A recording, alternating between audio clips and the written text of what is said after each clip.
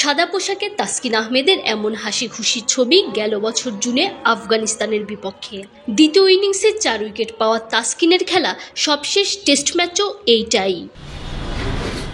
Injury প্রবণ হওয়ায় test cricket থেকে বিরতিতে গেছেন তাসকিন, এমনকি নাই লাল বলের কেন্দ্রীয় চুক্তিতেও। তবে একেবারে অবসরে যাননি টাইগার এই পেসার। পাকিস্তান সিরিজকে সামনে রেখে অনুশীলন শুরু করেছেন লাল বলের ক্রিকেটে।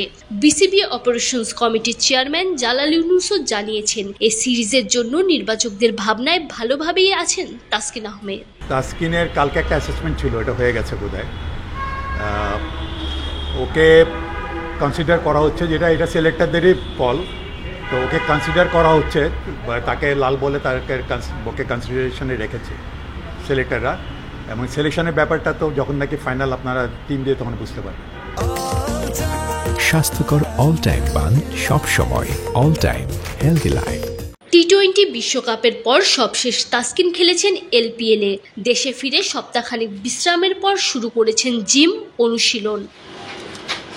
2017 সালে টেস্ট অভিষেকের পর তাসকিন আহমেদ এখন পর্যন্ত খেলেছেন 13টা টেস্ট, নিয়েছেন 30 উইকেট। তবে পাকিস্তানের বিপক্ষে কখনোই খেলা হয়নি লাল বলের ক্রিকেটে।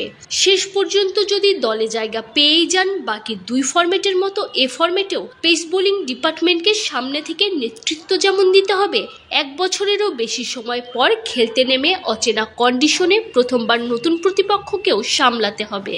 তাই কঠিন চ্যালেঞ্জ তো থাকছেই। তানজিম ঐশী, অলরাউন্ডার।